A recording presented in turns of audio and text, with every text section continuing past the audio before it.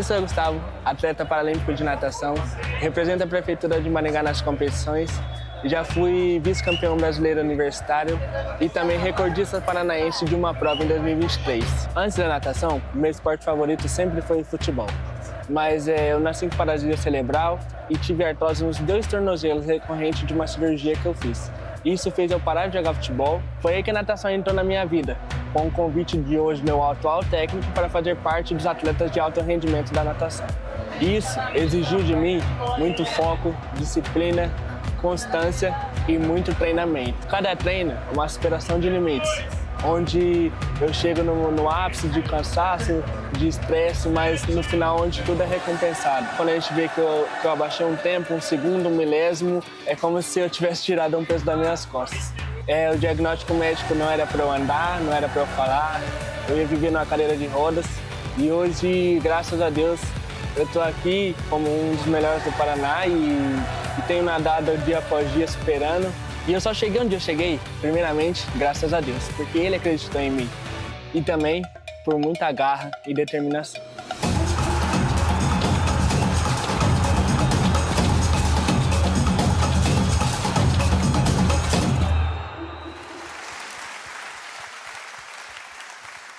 Esse é o nosso irmão Gustavo, baterista da nossa igreja, nos serve aqui também aos domingos em vários ministérios. E é uma bênção saber que ele é um atleta paralímpico e de alto rendimento, como ele mesmo diz, que já está posicionado num ranking, num lugar muito confortável e interessante, mas que ainda continua exigindo desempenho, esforço e dedicação. A frase final do Gustavo, para mim, é o gancho para a gente poder conversar essa noite sobre a temática do treinamento.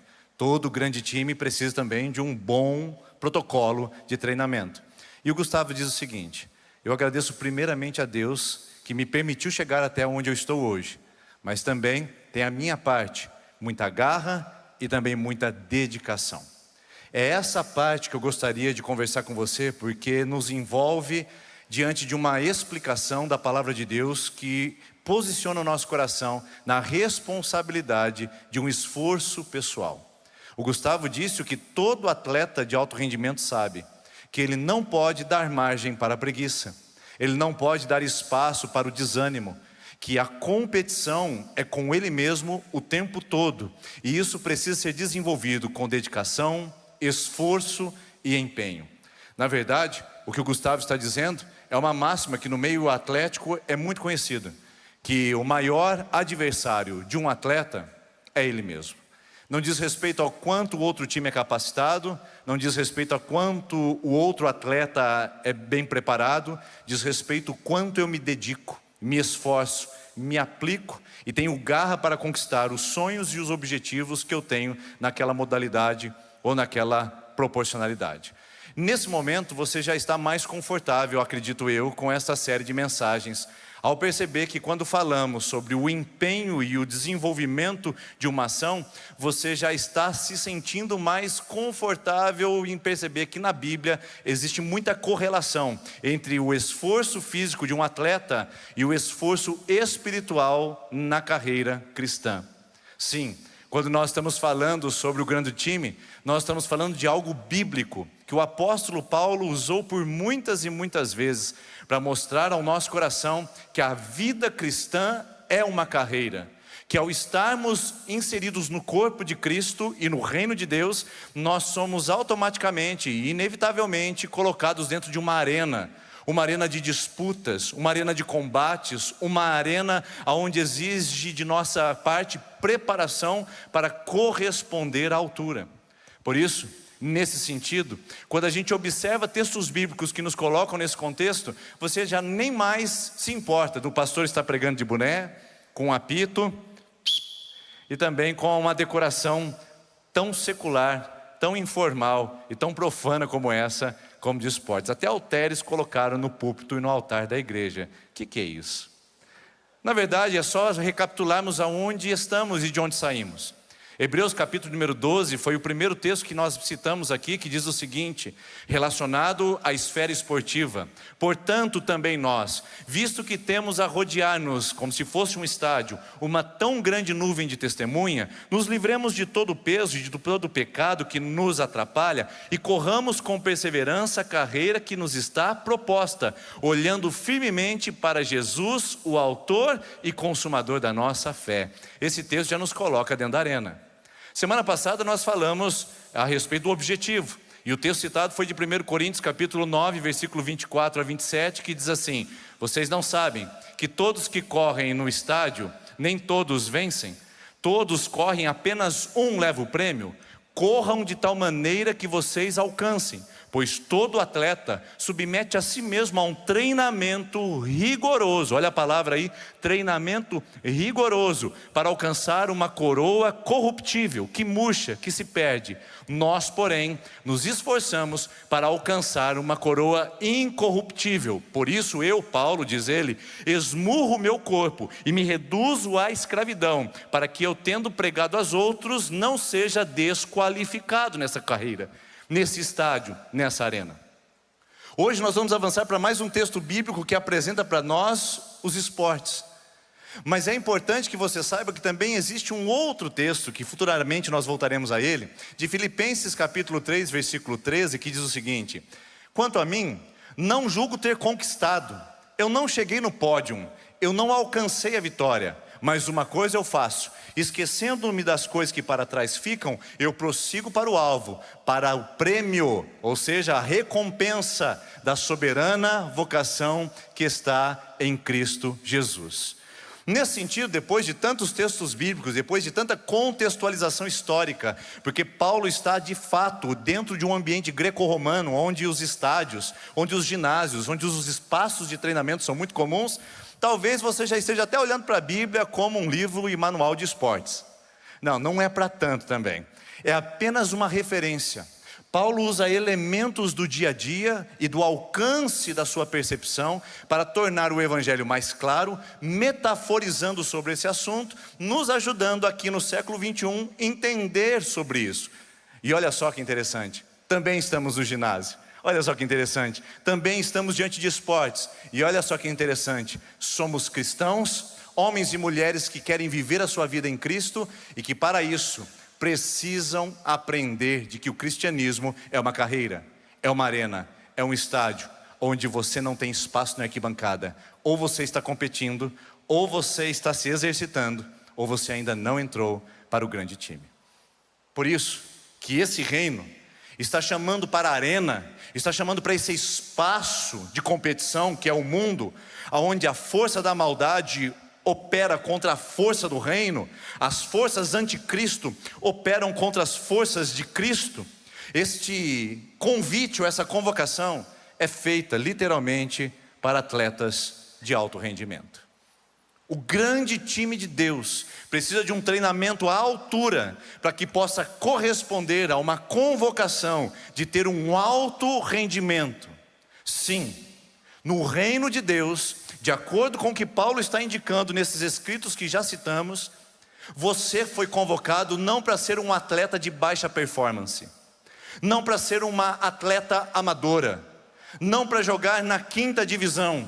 Deus te chamou para que você pudesse entender que você é um atleta de alto nível, faz parte dos atletas de elite do reino de Deus, que são posicionados estrategicamente na arena deste mundo para combater o bom combate. Mais um texto bíblico de Paulo, segunda carta de Paulo a Timóteo, capítulo 4, versículos 7 e 8, onde ele faz novamente um movimento metafórico para o exercício do combate, a carreira que é completa, a coroa que é recebida. Meus irmãos e irmãs, nós não temos espaço para sermos atletas meia boca. A gente não pode ser um atleta meia raquete. A gente não pode ser um atleta meia pista. Ou nós estamos aplicados a isso, ou nós não entendemos que entramos no grande time de Deus. Por isso é exigido de você e de mim performance, desempenho, esforço, rendimento. E eu sei que eu preciso explicar essas palavras, porque você já entortou a sua boca dizendo, lá vem esse discurso ocidental, neoliberal, onde coloca o homem como empreendedor de si mesmo, e ele precisa atingir o ápice da sua entrega e o seu próprio desempenho. Não tem nada a ver com isso. Desempenho nesse caso não está atrelado ou correlacionado com a ideia de mérito, com a ideia de que você merece aquilo que você se entrega. A ideia de esforço, de performance, tem a ver com resposta à altura. Imagine só que o meu Corinthians, que nessa próxima quinta-feira vai se consagrar campeão paulista. Eu sei que os palmeirenses ficaram um pouco chateados com essa afirmação, mas é lógico que a gente vai pensando sobre isso, né? Pode ser bem frustrante daqui a quinta-feira. Mas se o Corinthians liga para mim e diz, pastor Denis, nós soubemos que você foi um atleta profissional e gostaríamos de contar com a sua ilustre presença no plantel titular do nosso time para estrear com a camisa 10 na final contra Corinthians e Palmeiras. O que você acha que eu falaria? Estou fora. Eu torço para o Corinthians, adoro jogar futebol, mas não estou à altura desses atletas. Primeiro pela minha idade, segundo pelo meu condicionamento. E não há como eu comparar ou responder à altura do que se exige de mim. Eu posso dizer não ao Corinthians, mas você não pode dizer não ao reino de Deus. Quando Deus te chama para entrar no estádio, para entrar dentro do reino, para você correr a carreira cristã, não tem espaço para atletas de segunda categoria, de baixa performance. Não tem espaço para atletas amadores. O que eu quero dizer com isso não é que se você não tem competência ou habilidade, você não é bem-vindo no reino. Não me interpreta mal. Eu estou dizendo que se você não se esforça, se você não avança para aquilo que Deus chamou você para viver nele, significa que você ainda não entendeu o reino, não entendeu o grande time e não se colocou como um atleta à disposição para fazer a obra de Deus. Por isso, você já conseguiu imaginar se esta igreja, com a multidão de pessoas que frequentou esse culto essa manhã e que agora está nessa noite, se todos nós nos entendêssemos como atletas de alto desempenho e rendimento do reino de Deus nessa cidade, já pensou como seria a nossa casa, nossa família, nossos filhos, o nosso tempo, nossa prioridade, nosso dinheiro? Como seria a nossa sociedade? Como seriam os nossos relacionamentos? Já pensou se todos nós entendêssemos que não somos atletas amadores e o pastor Denis é o titular? Não, todos nós somos os mesmos atletas, jogando no mesmo time, e eu não posso me esquivar dessa responsabilidade. Todos foram convocados para responder à altura desse grande time de Deus. Portanto, performance, desempenho, não é mérito, é responder à medida da atribuição, da responsabilidade, do encargo e da tarefa que Deus concedeu a você e a mim por sermos cristãos. Você achou que era só ser batizado na igreja? Você achou que era só falar sou presbiteriano? Você achou que era só falar sou legendário? Bonitinho, lindão. Você achou que era só participar do curso de mulheres? Aí mulher única, agora está tudo certo. Lindona, vamos conversar sério? No time de Deus e no grande time de Deus, nós avançamos sempre, porque todos fomos convocados para jogar no time titular do reino de Deus. E no banco de reservas não tem ninguém, porque todos estão correndo juntos a mesma carreira. E estamos correndo não qualquer carreira, por isso que nós não somos qualquer atletas. Não somos. Olha só, eu vou retomar o texto de 1 Coríntios 9, perdoe-me a redundância, mas é importante que você pegue esse sentido. Paulo diz, eles correm, treinam, se esforçam, eles se dedicam para alcançar uma coroa de louros, com folhas de oliveira talvez. Alguns eram colocados até a aipo, para colocar como decoração na sua cabeça, como o vencedor das maratonas ou das competições gregas. Paulo diz, esse negócio murcha. Esse negócio estraga, fica podre. Esse negócio acaba. E eles se esforçam, se entregam, se aplicam para conquistar uma coisa que se corrompe. Nós, porém, corremos para o reino, corremos para Cristo, corremos para a glória, corremos para a eternidade. E se eles se esforçam para fazer isso, quanto mais nós. Por isso, corram de tal maneira que vocês alcancem. Se esforcem. Segunda IPI de Maringá, povo do reino de Deus, por onde chegar esse vídeo, nós corremos uma carreira superior, mais excelente, mais nobre, mais linda do que qualquer Copa do Mundo, do que qualquer Olimpíadas, do que qualquer desempenho atlético. Nós corremos para o reino de Deus. Por isso Deus não merece nada mais do que a nossa entrega total, o nosso desempenho e empenho, nosso esforço e o nosso conforto. Tudo Ele merece, aonde nós entregamos para correr a carreira cristã. É ali que você está, é ali que eu estou, e perdoe pelo grau de sinceridade que eu tenho com você aqui essa noite. Não tem lugar na arquibancada, não tem banco de reserva, você foi convocado para o time titular. Agora é a hora de subir a régua, de ser um cristão que de fato corresponde à altura, uma cristã que de fato anda de acordo com os valores desse reino, que joga nesse time celestial, que veste a camisa de Cristo e não do anticristo. Porque não é só colocar o Somos Casa aqui, meus irmãos. Não é dizer que eu sou da segunda IPI, meus irmãos, e depois sair para a balada, ou sair para um show sensual, inapropriado, indecente. Está chegando a exposição daqui a pouco aí. Os mesmos que vestem o time Somos Casa vão colocar a logo da cerveja no camarote que vão ocupar. Isso não é jogar no time de Deus.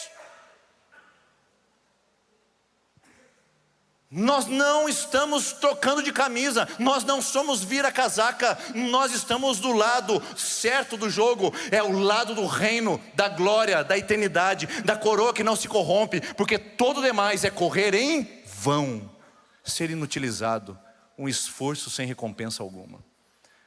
Por isso, eu convido você a saber e a entender que quando o Gustavo disse no seu depoimento, eu agradeço a Deus porque Ele me coloca em pé todos os dias, apesar das minhas limitações, mas eu também reconheço que é o meu esforço, é a minha garra que tem me trazido até o lugar que eu estou. Eu queria que você entendesse, sem esforço o atleta não cresce, sem esforço o atleta não se desenvolve. Por isso talvez para você seja uma palavra que de novo traz desconforto. Como assim, pastor? A gente tem que se esforçar para alcançar a graça de Deus? A gente tem que se esforçar para Deus olhar para nós? Eu sei que essa palavra esforço pode trazer algum tipo de desentendimento ou má compreensão aqui, então eu vou explicar. Quando eu falo em esforço, eu não estou destruindo ou pisando um termo da teologia reformada muito caro e muito fundamental para nós que somos reformados, que é a doutrina da graça. O que é a graça de Deus? Favor imerecido. Você não conquistou, você não consegue ter méritos o suficiente para obtê-la. Por isso, você simplesmente recebe como presente. É ali que está a graça de Deus. Não há nenhum esforço que você possa fazer para que Deus te recompense com a graça, porque a graça é presente, é favor imerecido. E talvez você esteja entendendo da maneira equivocada aqui quando eu falo em esforço.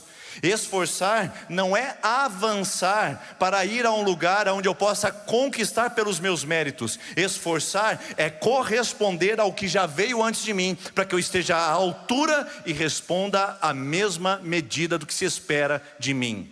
Esforço não é conquistar o que está adiante. Esforço é responder com habilidade, responsabilidade com o que já foi feito para mim em Cristo Jesus. É esse esforço que exige da carreira cristã e da nossa vida diária. E nós não estamos pisando a doutrina da graça. Aliás, tem muita gente que talvez use a graça como subterfúgio ou como desculpa, simplesmente para se desviar da responsabilidade de se esforçar. Para alguns e para muitos, Deus trouxe a graça dele sobre nós, e nós estamos livres de qualquer responsabilidade de viver à maneira à altura disso. Na nossa teologia moderna, a proposta é essa: muita graça, pouco esforço. E isso inclui uma proposta mais liberal, onde se Deus já me alcançou, onde Deus já me lavou e onde Deus já me encontrou, por que é que eu tenho que fazer alguma coisa? Então eu vivo como eu quero porque eu já estou superabundante de graça. Isso é uma maneira não consciente de entender as Escrituras. Porque estar tomado pela graça significa que você já foi salvo para a eternidade. Mas isso não exime a você e a mim de responder a essa graça com esforço. Não exime. Você quer ver um texto bíblico que mostra claramente isso daí? E eu trouxe esse para você ler comigo. Filipenses capítulo 2, versículo 11, Paulo diz assim: se vocês, meus amados, como sempre me obedeceram, não apenas na minha presença, mas agora muito mais na minha ausência, desenvolvam a salvação de vocês com temor e tremor. Graça é quando Deus nos encontra em nosso estado perdido e pecador e nós não fizemos nada para merecer a salvação. Você não conquista a salvação, você não agarra a salvação, você só recebe. Portanto, graça, Deus me dá. Agora preste atenção que Paulo diz: desenvolvam a salvação de vocês com temor e tremor, com esforço, com consciência, com dedicação. Caminhem com aquilo que vocês já receberam. Agora preste bem atenção para você que vem de uma teologia neopentecostal, ou talvez você que vem de uma teologia católica apostólica romana. Para muitos, a proposta da salvação acontece da seguinte maneira: eu fui salvo, mas eu perco a minha salvação quando eu piso na bola, depois eu ganho a salvação de novo, depois eu perco de novo, depois eu ganho de novo. O que você está dizendo com essa proposta? De que você merece a salvação quando você anda certinho. E cá entre nós, irmãos, quando é que a gente anda certinho mesmo? Se Jesus voltasse agora, você subiria? A salvação é pela graça, isso não vem de vós, é dom de Deus, não de obras, nem de méritos, para que ninguém se glorie. Efésios capítulo 2, versículo 8. Quando Paulo fala de desenvolva a salvação, não significa que eu estou ficando cada dia mais salvo. Hoje eu estou mais ou menos salvo. Inclusive, se eu perguntasse para você essa noite, acho que eu estou saindo da minha proposta, mas eu acho bom perguntar para você. Se eu perguntasse para você essa noite, você tem certeza da sua salvação? Você levantaria a sua mão? Se eu perguntasse para você, você tem certeza da sua salvação? Você ficaria em pé? Se você não tem condições de levantar a mão nem ficar em pé, eu posso dizer para você que você é da teologia de que a gente é salvo pelos nossos méritos. Não vem de você, você não merece, mas Deus já te salvou. Agora desenvolver a salvação é olhar o seguinte: Deus já fez uma obra em mim, e agora eu estou respondendo essa salvação. Deus fez uma obra em mim, eu estou amadurecendo essa salvação em mim. A salvação não acontece quando eu entrar na eternidade, a salvação acontece quando eu nasci de novo em Cristo. Por isso a salvação está em operação na sua vida agora, nesse momento. Por isso a graça de Deus já derramou sobre a sua vida e te tornou salva e salvo, sem você merecer. Mas o esforço agora pede o seu comprometimento de responder à altura de tão grande salvação, de tão grande amor de Deus sobre a sua vida. Este que é o equilíbrio, é aqui que nós estamos. Você, conforme diz Dallas Willard, que escreveu um livro chamado O Espírito das Disciplinas, falando sobre as disciplinas espirituais e o treinamento do crente na vida. Ele diz o seguinte: o oposto da graça não é esforço, o oposto da graça é mérito. Preste bem atenção nisso.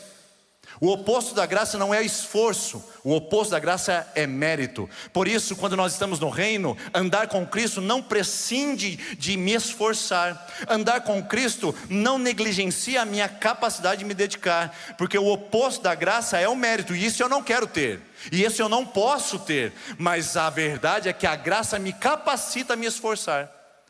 A graça me capacita a me esforçar, e não a ser autossuficiente, e a não ser meritocrático. Portanto, eu acredito que você já está entendendo, a gente pode ir para o próximo passo. João Calvino, um grande reformador, disse o seguinte: ele falou que a vida cristã é comparada a um ginásio, a um centro de esportes, onde existe a prática de exercícios e o aprendizado constante. Uma paideia grega, que era o lugar de aprendizado dos gregos na Grécia Antiga, onde o cristão cresce e se desenvolve. Preste bem atenção, ele chama atenção para dizer que é parecido como um ginásio. João Calvino, reformador. Talvez você disse assim: essa igreja não parece presbiteriana, essa igreja aí com esse estilo de esporte aí não parece presbiteriana. João Calvino falou: a vida cristã é como um ginásio, onde as pessoas treinam a si mesmas. Portanto, essa palavrinha ginásio é muito importante para você entender, porque é ali que os atletas de alta performance se desenvolvem. E olha só como Deus é bem-humorado e como Ele trabalha conosco. nos colocando dentro de um ginásio de esportes, para a gente entender que a nossa teologia não é muita graça e pouco esforço, mas é muita graça e muito esforço, muita dedicação, muito empenho para viver à altura desse reino que nos convocou. Agora é hora de você entrar no ginásio.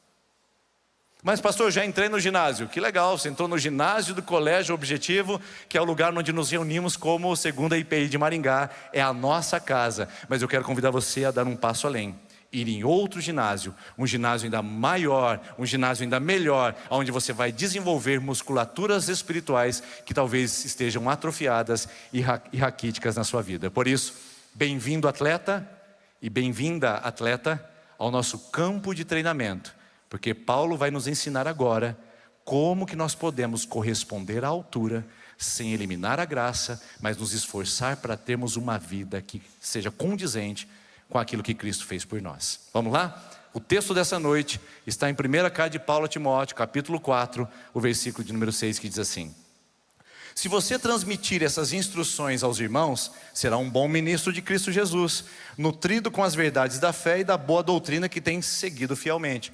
Preste bem atenção na palavra nutrido. Qualquer atleta daquela época sabia o que significava esse termo, uma dieta rigorosa para melhor desempenho. Mas não para por aí. Rejeite, Timóteo, as fábulas profanas e tolas. Antes, exercite-se na piedade. Ficou tão bonita essa palavra. Vamos repetir comigo? 1, 2, 3. Senhor, acho que nós não vamos muito longe, não, desse jeito aqui. Vamos lá, a gente pode exercitar mais forte. Vamos lá? 1, 2, 3. Obrigado, irmãs. Obrigado, irmãos. O exercício físico é de pouco proveito. A piedade, porém, para tudo é proveitosa, porque tem promessa tanto para a vida presente quanto para a vida futura. Paulo está dizendo duas palavras poderosíssimas aqui, que explodem no nosso cenário cristão.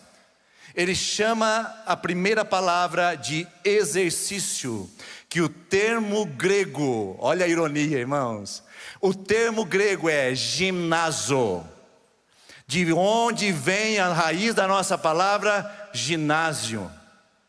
O ginásio na época da Grécia Antiga era o lugar de treinamento físico, onde os atletas submetiam seu corpo a um rigor extenuante de repetições de exercícios para ficarem cada vez mais performáticos. Não somente isso, nos ginásios eles treinavam a mente sã, corpo são, máxima grega. E eles exercitavam a filosofia e a relação social naqueles lugares onde eles treinavam oratória também. O ginásio era lugar de aprendizado e de exercício. Paulo olha para o ginásio, olha para o verbo grego e diz para o jovem pastor Timóteo, que estava pastoreando uma comunidade com alguns membros, e diz o seguinte: Timóteo, eu dou uma ordem para você, exercite-se, faça o ginásio acontecer dentro do seu coração. Você não precisa ir aos campos de treinamentos gregos. Você tem um lugar para exercitar a sua fé, e tem um caminho de treinamento para fazer isso, que é a piedade. Mas então, Timóteo, exercite-se como num ginásio. E ginásio é muito interessante. A palavra grega ginásio significa literalmente aquele que está nu, porque de fato era assim que as pessoas treinavam na Grécia Antiga, por dois motivos. O primeiro, porque havia uma simetria que era trabalhada no corpo humano, que era sinal de beleza, e isso você pode ver pelas obras de artes gregas, que exaltam a beleza do corpo físico. Então, para eles, o exercício atlético deveria ser de forma desnudada, para que a beleza do corpo aparecesse. E em segundo lugar, deveria também ser desnudado, porque os movimentos ficavam mais rápidos, mais ágeis, e eles se tornavam mais flexíveis sem aquela parafernália das roupas gregas que eles usavam. E perdoe-me, talvez eu esteja forçando um pouquinho a barra, mas eu não posso perder essa oportunidade. E se o ginásio para a nossa vida tivesse o mesmo propósito, nos deixar nus, não fisicamente, mas deixar o nosso coração despido do orgulho, da vaidade, da religiosidade hipócrita, do evangelicalismo mentiroso, do institucionalismo frio que vestiu o nosso caráter e que nos faz impedir de andar com Jesus de verdadeira forma. E se Deus está chamando a gente para desnudar a nossa alma diante da presença dEle, sem máscaras, sem verniz, sem camuflagem, para apresentar a vaidade, o orgulho, a jactância que pula no nosso coração. E se o ginásio que Deus está nos convocando é para rasgarmos as nossas vestes diante dEle, em total arrependimento e humildade, colocar a boca no pó e dizer: Senhor, nu eu saí do ventre da minha mãe, nu eu voltarei para lá, bendito seja o seu nome, diante de tanto desejo de sucesso, de conquista, de tanta vaidade pessoal. Será que Deus também não está nos chamando a nos tirar de todo esse peso, essa parafernália de pecado, de vícios, de maus hábitos, de fofoca gospel, que vem nos seus lábios constantemente, de criticismo ácido, que não permite você desfrutar de uma igreja, uma comunidade, onde você sempre tem mais razão, onde sempre o seu jeito é o certo, onde você deve ser o centro das atenções? Será que Deus não está chamando você para desnudar a sua alma e se livrar desse peso, desse trauma que você vem carregando há anos? Essa tradição que mata a sua fé? Será que Deus não está nos convidando para entrarmos nesse ginásio da presença dEle, com o nosso coração desnudado, vulnerável, simples e aceitável diante da presença dEle? Segundo, se o atleta grego oferecia o seu corpo para uma expressão da beleza, será que Deus não está nos chamando para esse ginásio, para a gente apresentar o corpo de Cristo na face da terra? A beleza desse corpo que acolhe, que ama, que cuida, que protege. A beleza desse corpo que se espalha, que é simétrico, harmônico, apesar de ser diverso. Será que Deus não está nos chamando para sermos o corpo de Cristo na face da terra, treinando cada um individualmente, para que esse corpo possa aparecer forte, poderoso, num mundo que está descredibilizando o Evangelho, que está pisoteando os crentes e que está nos tornando mal afamados num mundo cheio de escândalos evangélicos? Será que Deus não está contando com você para tornar o corpo dele mais sadio, mais bonito, mais forte? Paulo parece estar dizendo isso para Timóteo, e parece estar dizendo isso para mim, e parece estar dizendo para a nossa igreja: desnude o seu coração e apresente o corpo de Cristo sobre essa face da terra, porque é ali que o treinamento acontece.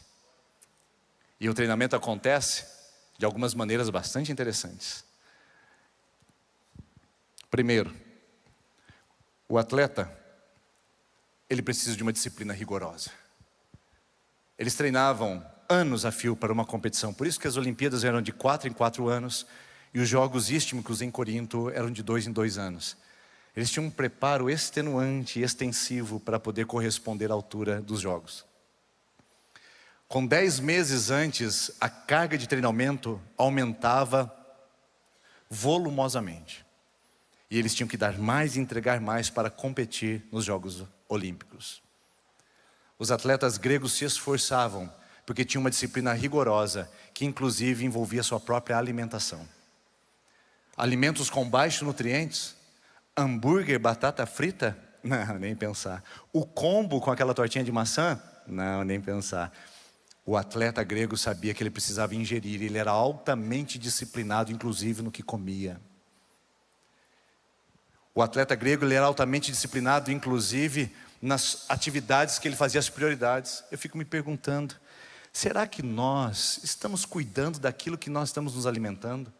Será que a gente tem disciplina o suficiente para ver o que está entrando na nossa playlist, o que está visitando o nosso YouTube, o que está frequentando a nossa casa? Será que a gente tem sabedoria o suficiente para entender que nós precisamos desenvolver uma disciplina onde a alimentação espiritual seja uma prioridade? Porque para muitos não é. Eles sabem dizer muito bem das últimas 10 séries que saíram na Netflix ou em outro streaming de vídeo. Eles sabem dizer o repertório, o roteiro certinho, mas não conseguem contar uma história bíblica. Que atleta é esse, meu irmão? O cara sabe contar, decore e salteado, todos os jogadores da seleção da década de 70, de campeão 94, 2002. Ele sabe dizer todos os esportes, mas não sabe falar um personagem bíblico, não conhece nem quem são os apóstolos e discípulos de Jesus. Que atleta é esse, meu irmão? Uma disciplina daquilo que eu como, vai dizer daquilo que eu vivo.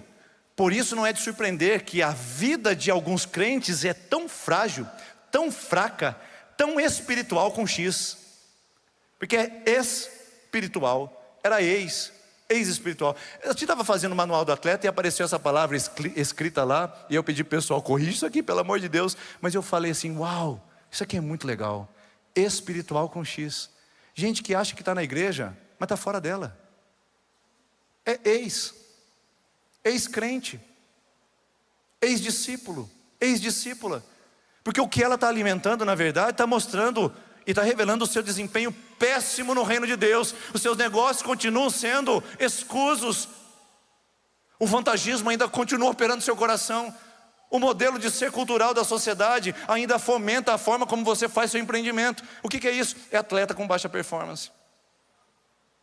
Por isso a disciplina do que você come e de como você reage, isso é muito importante. Paulo diz, eu esmurro o meu corpo e eu reduzo a escravidão. Eu disciplino a mim mesmo, para que eu tendo pregado não seja reprovado. Eu quero disciplinar a minha vida para testemunhar de Jesus. Eu acho que falta disciplina para nós. Uma disciplina inteligente, compreensiva, onde a gente faça porque tem que fazer e não porque a gente gosta de fazer. Deixa eu dizer uma coisa para você. Eu sei que muitas vezes quando a gente fala em disciplina, você começa a retorcer na cadeira. Porque você não consegue nem terminar o curso online de 4 semanas que você matriculou e pagou R$ 39,90. E falar sobre disciplina talvez seja muito difícil. Mas sem disciplina ninguém alcança nada. Ninguém chega em lugar nenhum. Porque a disciplina é o que me faz movimentar em direção ao propósito, mesmo quando eu não quero. Ou você acha que todo dia a gente quer orar? Você está doido para sair daqui, ir para sua casa, fechar o quarto de oração e se lançar em oração a Deus, é? Não, você está doido de sair daqui para pegar um drive-thru. Você está doido para chegar amanhã e acordar 5 horas da manhã mais cedo, meditar na palavra do Senhor, ter um tempo de qualidade, de contemplação da criação, do que Deus está fazendo na sua vida e de gratidão? Não, você está doido para acordar o mais tarde possível, pular da cama, entrar no uniforme e chegar na empresa em cima da hora. E não se sinta culpado por isso. Porque quem disse que seria o que a gente deseja? Mas é o que a gente precisa. O que Paulo está dizendo é o imperativo. Exercita-te, é o imperativo. Faça isso agora. É um mandamento, é uma ordem, é uma disciplina. Sabe por quê? Porque esse mundo treinou o nosso coração a não querer as coisas de Deus. Por isso que você está nessa e eu estou também. Não se sinta culpada e nem culpado essa noite, por favor, por você não ter desejo de orar, não ter desejo de ler a Bíblia, não ficar à vontade para fazer um jejum. Calma. Porque esse mundo trabalhou nos nossos hábitos e nas nossas paixões. Os nossos amores estão deformados ao ponto de a gente não se inclinar naturalmente para a glória de Deus. O Salmo 119 diz, inclina o Senhor o meu coração a Ti. É uma disciplina inclinar, se dobrar diante de Deus. Agora você precisa fazer isso. Nem sempre você vai querer, mas você precisa fazer até que você aprenda a querer. Faça, leia a palavra, tenha vida de oração poderosa no seu íntimo e no seu particular. Faça até que você queira. E quando você não quiser, faça novamente. Não é por obrigação, é por disciplina. É porque você sabe que você precisa disso. É porque você sabe que sem isso você vai morrer, vai atrofiar na fé. Por isso exercite a sua fé na palavra, na oração, no jejum e na devoção e na vida comunitária. Deixa eu dar um exemplo melhor para você sobre isso. Eu trouxe algo para poder ajudar. O que eu vou mostrar para você talvez seja apenas um objeto. E que para você não tenha significado nenhum, mas para mim tem um grande significado. Deixa eu colocar aqui. Esse tênis aqui significa para mim, sabe o quê? Tortura. Ele fica na minha prateleira do lado de um outro tênis que eu uso para correr. Esse tênis é para longa distância, 10, 12, 15 quilômetros. E você diz assim para mim, você gosta de correr essa quantidade? Eu digo para você, é claro que não. Mas eu sei que eu preciso. Portanto, quando eu coloco esse tênis na prateleira, do lado dele tem um tênis de curta distância. 3, 4, 5 km, de esteira talvez, no ar-condicionado, com uma TV na frente. E aí quando eu olho para esse tênis eu digo, eu preciso chegar lá. Porque aqui não é o meu lugar. A minha performance, meu condicionamento está sendo preparado para isso daqui. Então quando eu olho eu digo, esta é a minha disciplina. Então eu acordo pela manhã, eu coloco meu tênis, eu alongo e saio, não porque foi gostoso, não porque é maravilhoso, mas porque eu preciso. E eu sei o quanto isso é importante. Isso é disciplina espiritual que Paulo está dizendo. Exercita-te, coloque o ginásio no seu coração, trabalhe a sua musculatura espiritual, ore, exercite na piedade, busque a Deus, porque é ali que você vai se desenvolver. Nem sempre você vai querer, mas sempre você vai precisar. Quem está em dieta aqui? Não precisa levantar a mão não, calma.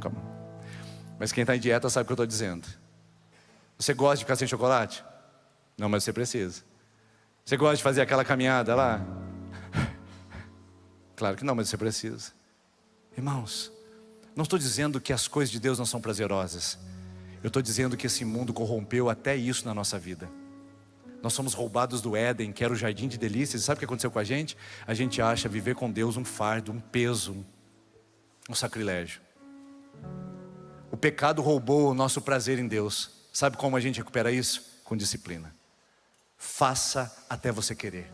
Faça até você se apaixonar. E de repente você está fazendo e dizendo, eu estou sentindo falta disso, eu estou sentindo falta daquela corrida, eu estou sentindo falta daquela salada, A salada também é demais, né? Não, tem gente que sente falta da salada sim. Eu estou sentindo falta daquele nutriente, porque já começou a gostar e a querer, e não apenas a fazer por ter que fazer. Disciplina rigorosa, atletas de alta performance, renúncia intencional. Os atletas gregos, eles abdicavam até das relações sexuais para canalizar a sua libido e a sua energia para desempenharem mais fortemente a sua testosterona dentro dos ginásios gregos. Renúncia. Não é fácil fazer isso, né? Mas toda a vida com Cristo é uma renúncia. Passar 10 minutos, 20 minutos, meia hora com Ele, na leitura da palavra, no aprendizado, num culto como esse, é uma renúncia que você fez. É uma renúncia que você está fazendo. E não existe vida cristã sem renúncia. Eu sei que muitos estão pregando aí um evangelho que dá para você de volta. Eu estou dizendo um evangelho que Jesus mostrou em Mateus 16, 24. Que se você quer seguir Ele, você precisa renunciar a algo primeiro. Renunciar o tempo, a prioridade. Renunciar a alguns hábitos. Renunciar a alguns comportamentos que estão roubando a minha vida dele. Os atletas gregos faziam isso para ganhar um louro e a fama na Grécia. E sabe o que a gente faz? Para viver a eternidade e responder à graça de Deus por nós que já nos conquistou?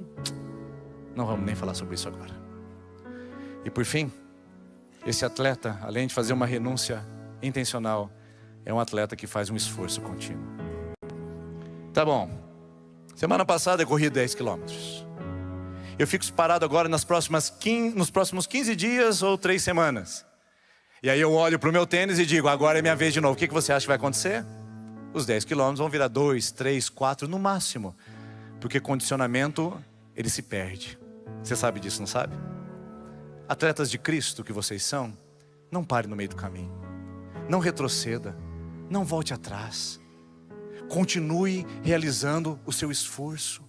O seu esforço de ser mais parecido com Cristo no seu trabalho, na sua casa. Eu sei que está difícil, eu sei que está complicado, mas é a renúncia do atleta que tem que entrar em operação. Eu sei que muitas vezes você quer desistir, quer desanimar. A força da desistência é muito maior do que a força da permanência e persistência. Mas Deus te chama a progredir, a você melhorar a sua musculatura espiritual, robustecer a sua alma e treinar os seus apetites espirituais novamente. Deus te chama ao esforço.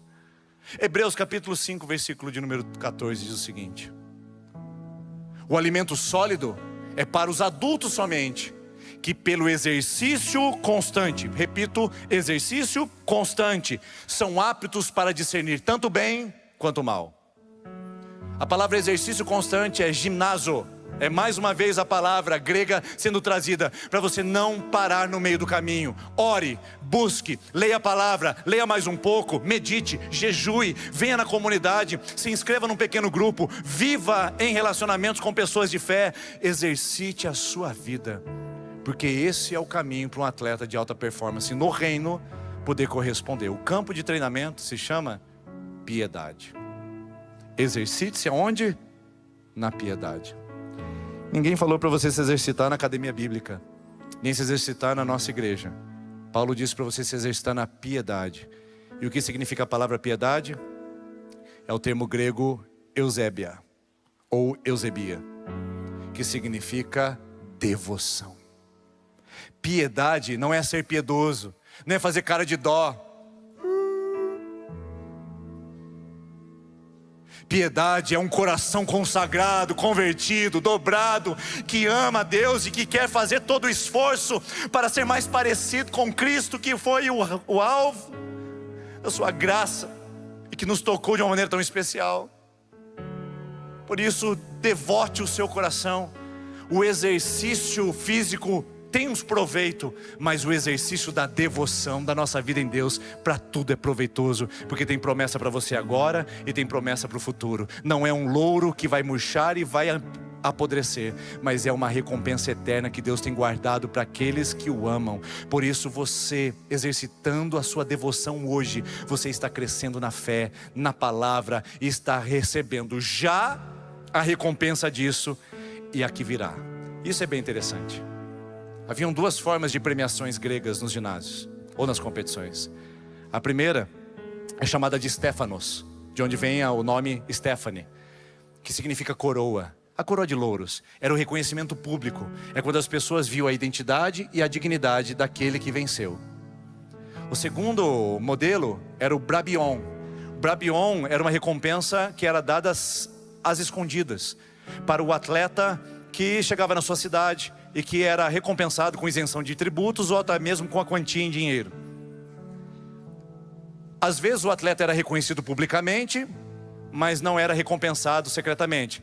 Às vezes era recompensado secretamente por causa do seu empenho, mas não era reconhecido publicamente. Paulo diz que o atleta cristão tem tanto reconhecimento público agora, como a recompensa eterna que não foi revelada. Por isso se exercita, minha irmã. Se exercite, meu irmão. Porque há uma promessa de recompensa de Deus agora nessa vida e na porvir.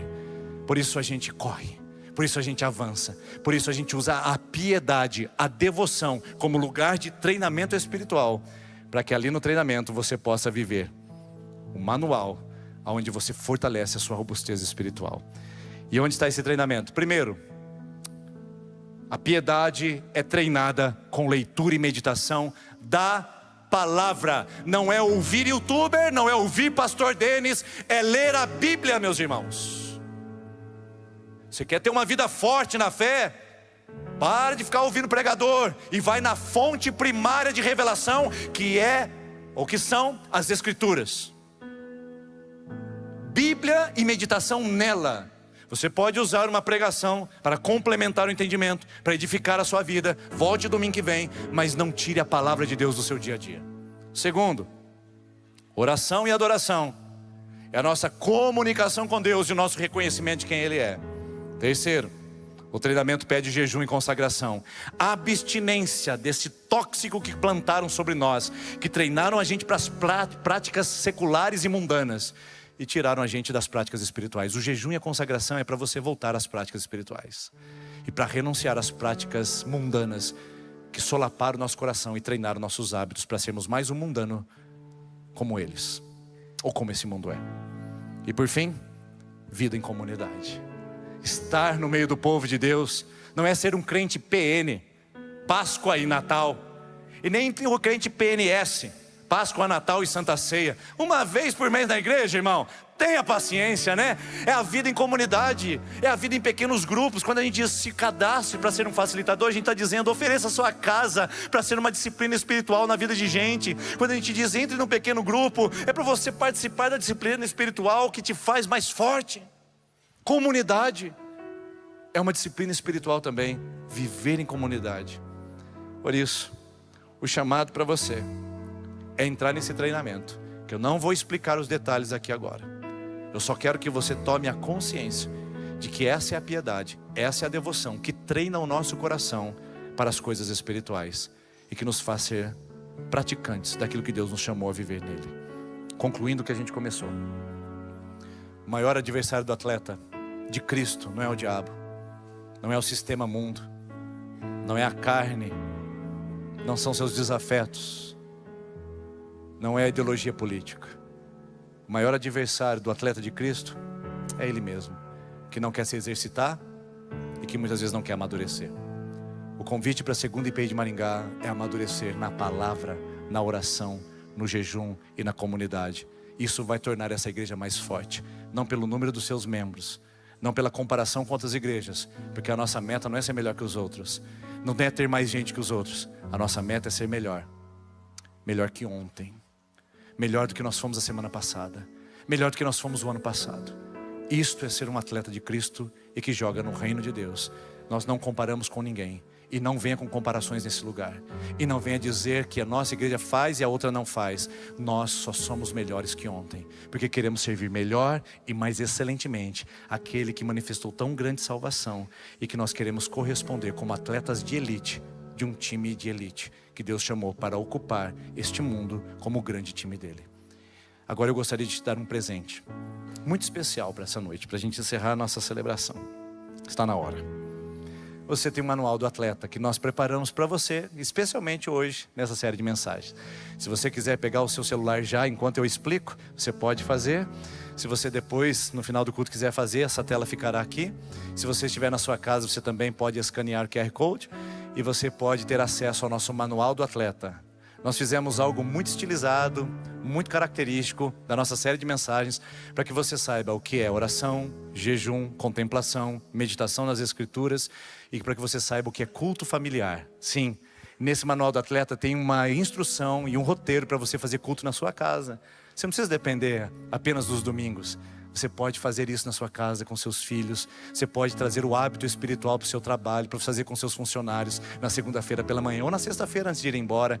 O importante é que as práticas espirituais nos voltem contra as práticas seculares, pois o exercício espiritual é proveitoso para a gente poder servir melhor o rei e o seu reino.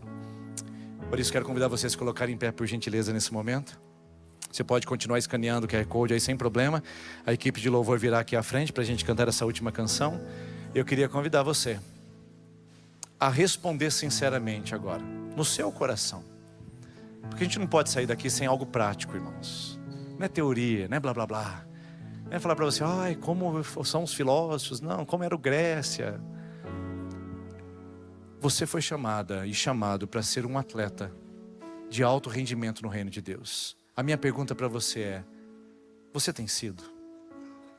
Adolescente, beijando na boca adoidado por aí. Eu pergunto, você tem sido um atleta de alto rendimento com essa postura, com esse comportamento? Patrão, essa maneira insana e predatória de agir sempre na vantagem, essa é a maneira de um atleta de elite se comportar? Corrupção, práticas que são totalmente anômalas àqueles que querem viver o reino de Deus e expressá-lo. Você faz parte desse grande time e você corresponde a um atleta de elite? Um atleta de elite do reino não é o que nunca erra, mas está sempre procurando acertar. E quando ele erra, sabe o que ele faz? Ele pede perdão, ele reconhece e ele treina para não fazer de novo. Quero perguntar para você, maridão, o seu comportamento em casa é um atleta de Cristo? Você, esposa, você é uma atleta de Cristo dentro do seu lar? Irmãos, amanhã, quando a gente voltar à nossa vida secular, como o mundo costuma dizer, mas que na Bíblia não tem isso, nós seremos atletas de elite para mostrar o rei e o seu reino e jogar no time dele? Ou seremos vira-casaca? Ou jogaremos no outro time do adversário? Por isso o convite para você é sair da arquibancada, porque não tem arquibancada, não tem banco de reserva, e vir lutar nesta arena chamada cristianismo. É um combate, não é um parque de diversões. Aliás, aqui a gente não prega parque de diversões. Puxa, pastor, eu trouxe meu visitante justo hoje. Uma palavra como essa, pois é, talvez a semana que vem seja igual. Porque a gente não prega parque de diversão. Cristianismo não é parquinho para você ficar na gangorra. Que culto! Hoje não foi tão bom, hoje foi bom, hoje não foi bom. Cristianismo é uma arena de batalha, onde os irmãos e as irmãs, os discípulos de Jesus, estão treinados, arregimentados, preparados, fortalecidos para encarar o seu adversário. O mundo, a carne e o diabo. São contra estes que nós estamos batalhando contra. E é esse time que Deus está esperando para se levantar. Veja-se como um atleta, se levante, porque você é os pés e as mãos de Jesus. Você é o corpo de Cristo nessa nessa terra. E não diga que é só o pastor e a sua família, não diga que é só a igreja e os seus líderes. E são os atletas de elite que entraram na arena e que não tem como se desculpar. Ou você levanta o nível, ou você não entrou no time. Por isso eu convido você a entrar no time, aumentar o nível e vir para esse esforço na graça do Senhor, que te capacita para andar com Ele. Vamos cantar e vamos adorar o Senhor.